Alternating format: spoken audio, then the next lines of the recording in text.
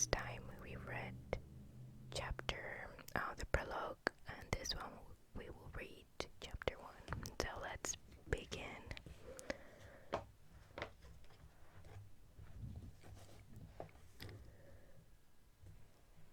gonna take my little paintbrush and trace it. Chapter 1. Let's start with my flat. The rent cost me a little under half my monthly payslip, which would certainly have been too much for me to afford if I hadn't had alternative sources of funding. By the time that John got in touch with me, the police had stopped paying me anyway, but the money for the flat had always come out of my savings. It was 4 months after I left Rachel and moved in that I finally heard from John. I hadn't been to work for at least 3 of those.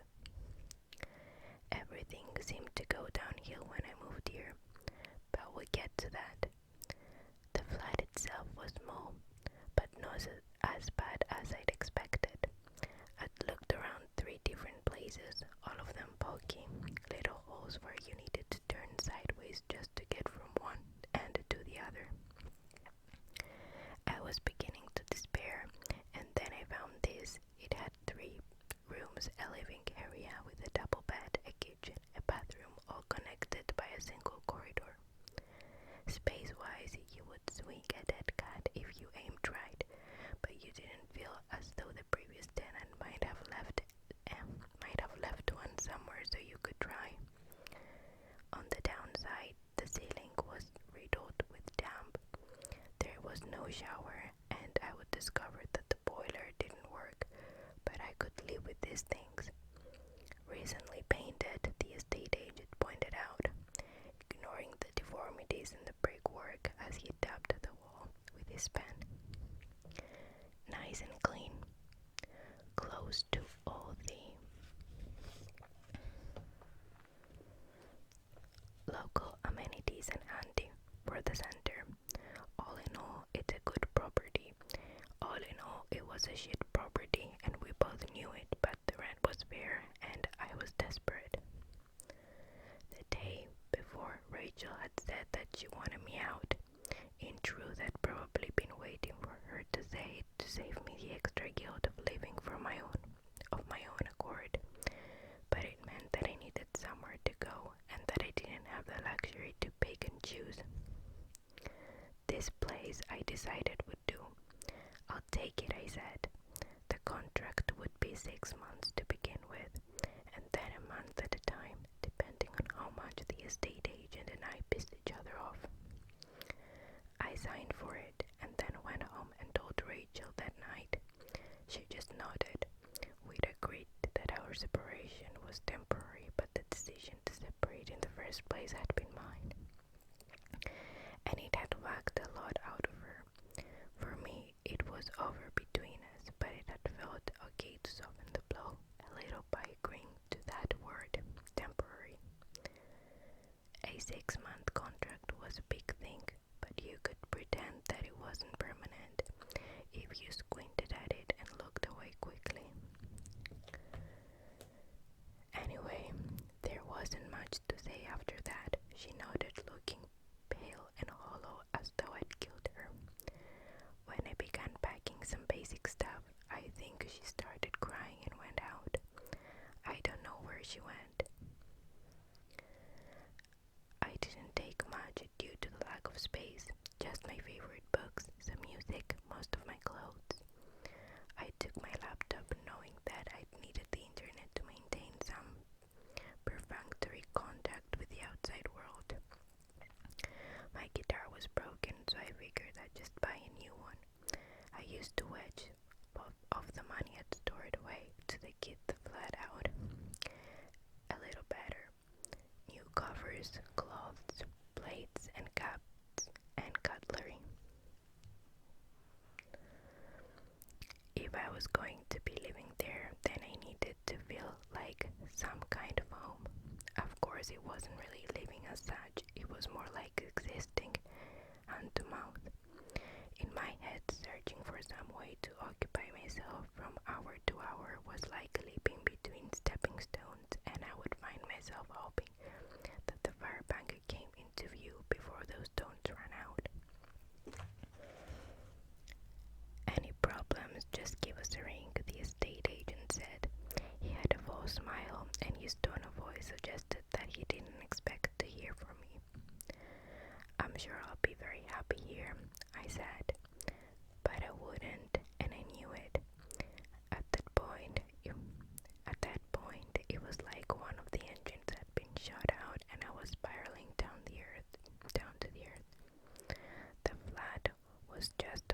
same, full of my things. It still seemed empty. When I put music on, it still felt quiet, and perhaps it was just me.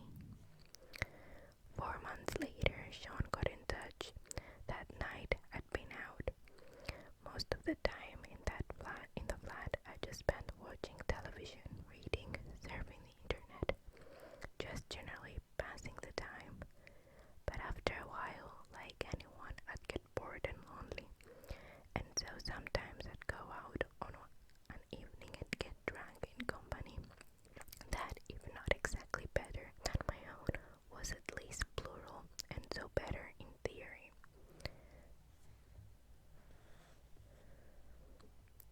The estate agent had told me that the flat was convenient for the center, but what it meant was that I was close to the western wing of WASP. I lived on the edge of Horse, which houses the city's university and much of its student population. On the eastern side of Horse, you have WASP, which is where most of the city's red light activities took place. 5 minutes and I'm there.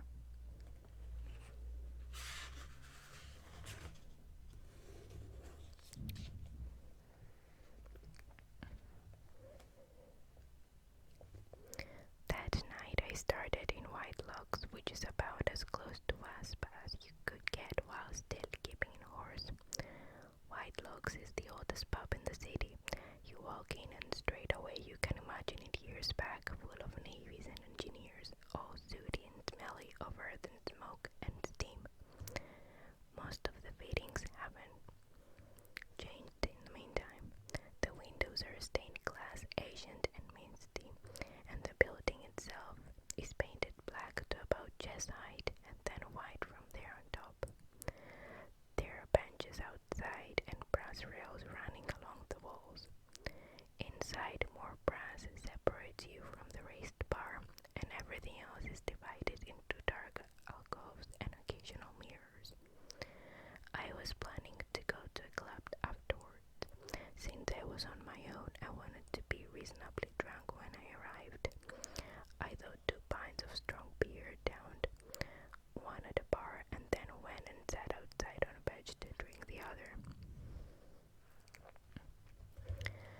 It was nice, a cool night but pleasant and fresh. The sky was clear, the stars bright and defined. On the bench next to me, an older woman was sitting drinking wine. She was dressed in a blue suit and was smoking a cigarette, although it seemed more like the cigarette was smoking her, wrinkling up her skin, sucking something out of her and turning it into greasy air. She was staring straight in front, almost motionless, except that her hands had a barfly shudder. A swift sex change, I thought, and here was my future. I checked my mobile, no messages. I finished the beer and headed out, but stopped at the bottom of the red brick alleyway to the left onto the main street, where someone had taped an A4 sheet of paper on the wall. There was a photograph of an eye in the center of it. It had obviously been digitally altered because the retina was violet. It seemed to watch me as I moved past, and I wondered why it was there. Local bands often put flyers, but it seemed too unusual for that. There was no writing on it for one thing. I forgot it quickly.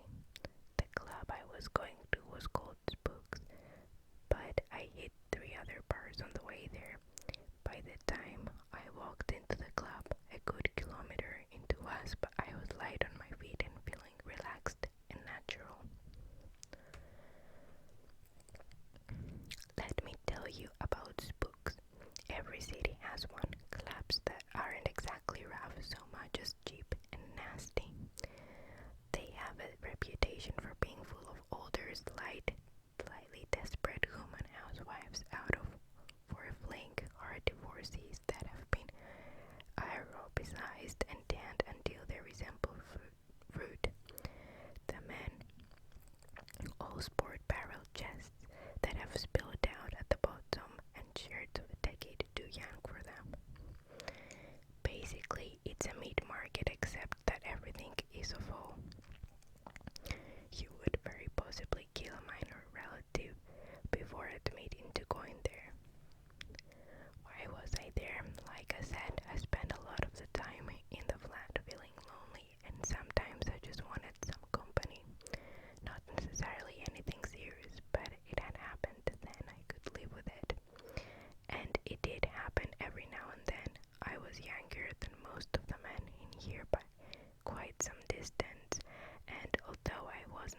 particularly good looking. I didn't break the mirrors either. But it didn't happen often. I never actually made a move on anyone because Sly Lounge Lizard wasn't really my style, and so I tended to just stand there watching the dance floor, drinking beer after beer and killing time. Once I'd relaxed about it, there was something quite therapeutic about pretending to be above it all. I'd always been a people watcher for one thing, even though at some vague point in the last 4 months I stopped paying a cab. It was partly a leftover from that and partly just the way it was. And in Spooks you had people in all their full glory to watch at your heart's content. That was what I was doing perfectly happily until about 11:30 when the trouble flared up. There were some guys over on the far side of the dance floor that were a hell of a lot younger even than me, and probably too young to be in there. Some part of me, and this was mostly cup leftovers, had clocked them the first time I saw them, and had subconsciously kept tabs on them ever since. There were 5 of them, 3 skinny guys and 1 wiry athlete and a chunky amateur weight trainer, but basic shape aside, they all looked the same: neat shirts and smart casual trousers, short hair, sweaty faces. Each was holding a bottle of designer lager against their solar plexus. I knew their sort, and it was trouble. It wasn't because they were evil or anything, they were just too young to have figured out the way to behave. If you caught my eye by accident, for example, I might smile at you. If you caught theirs, there might be a fight. You just needed to avoid them until they grew up enough to be at ease with themselves. At that age, it's all image. Too many films, too many magazines. Being anywhere near them was like being in a Mexican standoff, when nerves might cause someone to open fire at any moment. They were standing in a rough circle. Occasionally, one of them would turn to look at somebody checking out a girl, head twisting around, nodding and laughing. I saw the poor guy butt into them before he got anywhere near. It was a Titanic iceberg situation. I dragged him across the dance floor and he headed back from the toilets towards the bar. Early 30s, neat haircut, glasses. He was wearing a jumper and smart trousers. One look and he knew that there was nothing physical about him. You could beat 3 of him on half a cup of coffee. In a place like that, he might as well have had victim tattooed on his forehead. One of the skinny kids laughed at something and stepped back, but the neat guy was heading to the bar and wasn't watching. 2 seconds later, he smacked into the kid.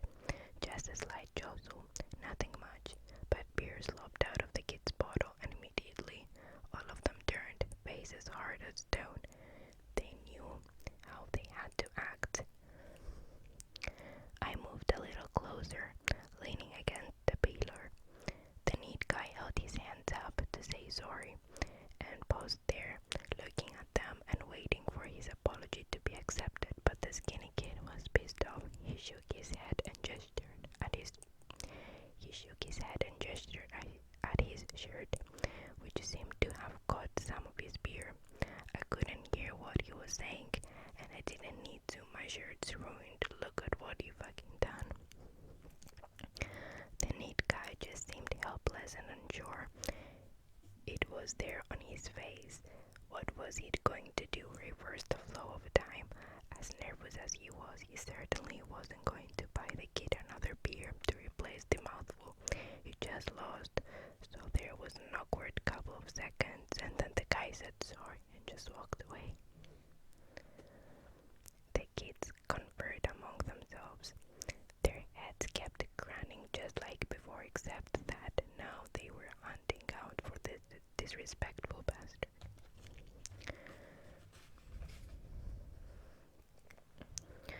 Where had he gone? just saw what they did. The guy arrived at the bar and met who I imagine must be his girlfriend. She looked a little alarmed as he leaned in and spoke to her, and then she glanced up, saw the boys watching, and looked away quickly. She said something to the guy, and he nodded, and instead of buying a drink, they just headed off around the other side of the club. The exit was round that way. I checked my mobile. Still no messages. When I looked back, the boys had started moving, swinging their beers back and walking in the same direction as the couple. 3 of them were just following, ambling along, but the 2 in front were actively stalking, watching the undergrowth for signs of attack as they went. I noted those 2 for future reference. The 3 behind were buoyed by them. Consequently, they would be deflated along with them. I let them get past me, downed the last of my beer, and headed off. I was pretty drunk at that point and didn't know what exactly I was going to do. A small sober part of me was telling me to leave it alone and not bother. After all, my brain knew full well that I invariably let myself down in any situation that demanded heroism, moral gravity, or much in the way of considered rational thought.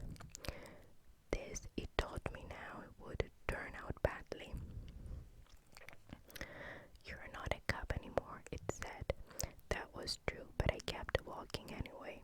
The crowds were sparse near the double doors at the exit. The bouncers were bulked up in long punched proof black coats, watching what was unfolding outside with personal interest, the way a security expert might examine a log of pigs he'd found on the street. It was obvious even before I walked out into the sharp night air that they were going to do precisely vagal about what was happening. Why would they? Outside is outside. There were a fair few people as well, couples and groups all standing and watching. I saw a girl wince just as I started to hear the sound of the fight, grunts and blows, and someone calling for help, sounding frightened and angry and upset. Other people were walking past, looking back, pausing to see. Some of the guys were smiling, others looked nervous, disgusted. A whole range of human response, but no real action. I got out, turned right, and there it was. The man was on the floor, rolling, trying to cover his head, but not really succeeding. The last 30 seconds had taken any fight out of him. The skinny guy with the ruined shirt was viciously kicking out, stamping at him, catching him wherever he would, while the wire kid was leaning down, working punches in his face. There were 3. The other 3 were just watching. 2 were formed, a barrier to keep the girlfriend back. The third, the rate trainer, was holding his drink and watching the beating carefully as though he might step in. He found it lacking. The skinny kicked the man in the head and he went limp. Perhaps they didn't realize, or maybe they did, but whatever, the pair of them caught him onto his back and the wire kid hit his ear and started punching him in the face. The other boy was putting his foot into the guy's ribs over and over. "Stop it," it said loudly. Amazingly, they did. I walked over, staggering slightly, unsteady on my feet. I didn't realize how drunk I was, but I wasn't going to be a problem. In fact, it would probably make everything a lot easier. I said, "You're going to kill him." They were as well. People watch too many movies, and too many movies have no real conception of the effects of proper violence. In a film, someone will get punched and just look pissed off. You punch people like you're saying hello. In real life, the guy on the pavement was was already in hospital for a long time. You don't get kicked in the head and then go get a burger. We're all pretty flimsy. It can take a lot to bear someone to death, or it can take little. You just never know. The weight trainer gestured with his bottle and said, "What the fuck is to you?" He probably thought he was quite tough. Certainly he didn't look unduly bothered by the idea of biting me. He was probably more concerned with the fact that I was spoiling their evening. "Oh, you've done enough to him," I said. The worried kid stood up. "Mind your own fucking business." He had blood on his knuckles, I remembered that, and the skinny kid glaring at me had blood all over his shirt. I looked around. Nobody was going to back me up at all. A few people even looked pissed with me for stopping the show. I looked back at the guy who was bleeding on the tarmac and something clicked inside me. Some stupid kids were going to kill a guy because of a slob of spilled beer, and nobody here actually gave a shit. Crowds of people standing around thinking, "He's going to get what he gets, and there's nothing I can do." And suddenly I was very annoyed at all of that. "Right, you motherfuckers," I said. I pulled out my gun and started firing. And this came back to me later, piecemeal. I woke up dimly aware that something wasn't right, but physically unwilling to do much investigation into what it might be. Opening half my eye was enough to confirm that I'd fallen asleep with the light on, and I also became more conscious of my body. I realized I was also fully dressed, curled in a vaguely fetal position on the floor by my bed. Not grand. I had enough self-awareness to stick a cushion beneath my head before passing out, but that had surely taken more effort than simply clambering upright and just falling onto the bed. Drunken logic is a curious thing. I sat up slowly, beginning to shiver. What had happened? Fragments came back to me slowly and disjointly. The old woman in white locks, the dance lord's books. I remembered the text from Rachel, which had arrived as I unlocked the front door on my way back in. "Miss you so much. Please ring me. Need to talk." Drunk last night, my first reaction had been disappointment that the message hadn't been from her and not Lucy. No, I felt upset and sad, but the underlying sentiment remained. I remembered the fight about the same time I realized that my shoulder was itching. I rubbed it absently, wondering why. Then went cold. Oh shit. Had I shot somebody last night? Surely I hadn't, but I knew that I'd fired the gun. I could dimly remember the shots and then screams and people running. Sirens in the distance, a hazy memory of the world wobbling around me as I ran, drunk and desperate. I scrambled to my feet too quickly and had to fight back the urge to be sick. Then I scrambled around and found the gun. The clip was empty. Carefully, I tried to put the events of the evening together. It was like threading beads onto a thin wire, but only had about 4 beads to work with, and I kept dropping those, so any necklace was going to be patchy at best. I was trying to decide whether I'd shot at someone or just up in the air to frighten everybody away when I noticed that the envelope on the table. It wasn't mine, and it hadn't been there the last time I'd looked at the table and paid it any attention. Where had it come from? I thought about it and finally remembered that it had been lying on the doormat waiting for me when I'd go back inside. I'd received the text at the same time and only had enough mental cohesion to handle one at once. The text had worn out the envelope. I'd